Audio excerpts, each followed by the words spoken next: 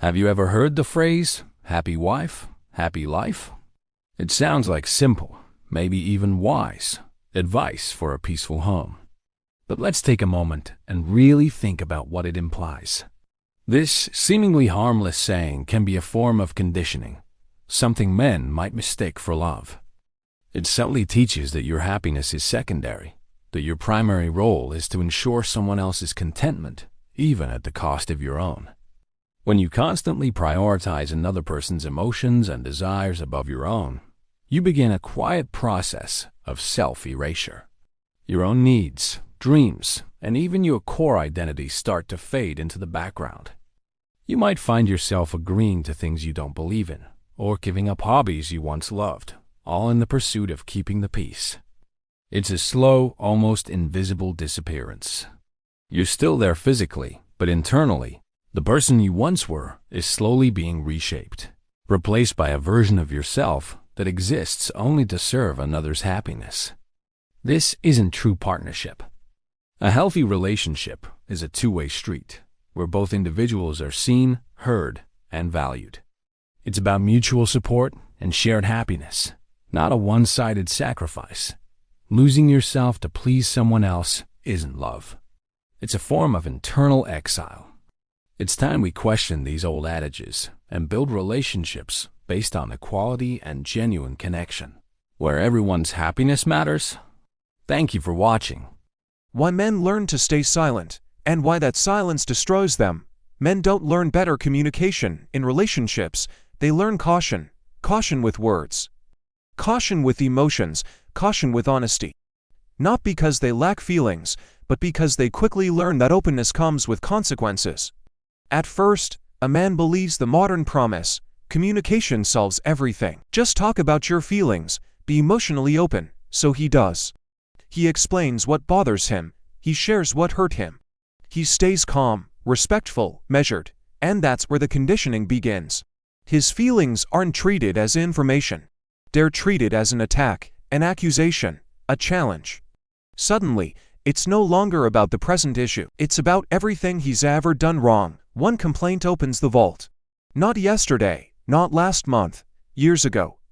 Oh, you're unhappy. Here comes the full record of your failures.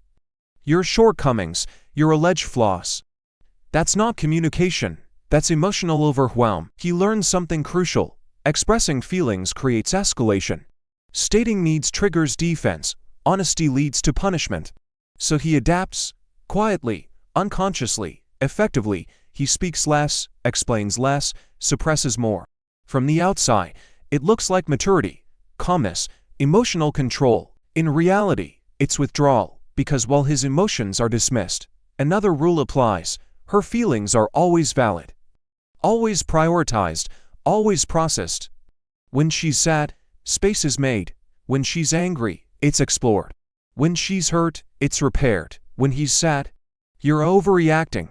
When he's angry, why are you so aggressive? When he's hurt, don't be dramatic. Empathy becomes one-directional. Emotional labor flows one way. And he learns that his inner world is inconvenient.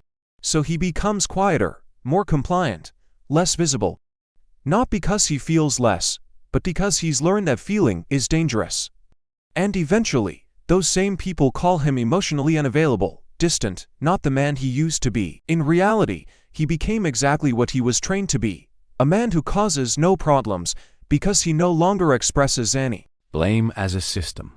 Why men lose no matter what they do. One of the most destructive dynamics in modern relationships isn't conflict. It's blame reversal, not as an occasional reaction, but as a permanent system. If a man is unhappy, it's his fault. If he's stressed, he's managing life poorly. If he feels disrespected, he's too sensitive. No matter what issue he raises, responsibility always circles back to him. That's not accidental. It's a carefully maintained narrative. The moment a man takes responsibility for his emotions, he becomes responsible for everything. Her moods, her dissatisfaction, her disappointments, her life. He becomes the emotional defendant. And the more fair he tries to be, the deeper he falls into the trap. Because fairness gets weaponized. Self-reflection turns into self-incrimination. Empathy becomes a license for exploitation. The most insidious part is emotional bookkeeping, an invisible ledger that's never cleared. Every minor misstep is recorded, not for resolution, but for future leverage. Late once, wrong tone, the wrong look, didn't respond fast enough. Everything is archived, ready to be pulled out when needed, not to solve problems, but to win. When every disagreement gets dragged into the past, nothing can be resolved in the present. The man is no longer defending a point. He's defending his entire existence.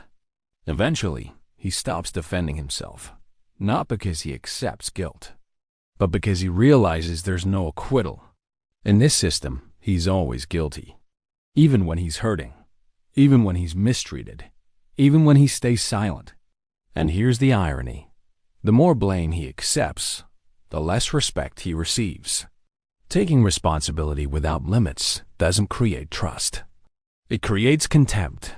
A man who absorbs everything doesn't look strong. He looks moldable, manipulable, endlessly absorbent. And this is where relationships finally break, not through explosive fights, but through the quiet death of respect. Because no one respects someone who is always wrong. And no one truly loves someone they don't respect. Many still believe men leave relationships because they fear commitment, because they're immature, because they avoid responsibility. That narrative is convenient and wrong. Men don't leave because relationships demand too much.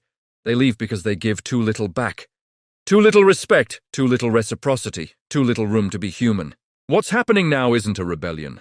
It's a withdrawal. A quiet choice for peace over chaos. At some point, every man asks the same question. Why stay in a system where I'm always wrong?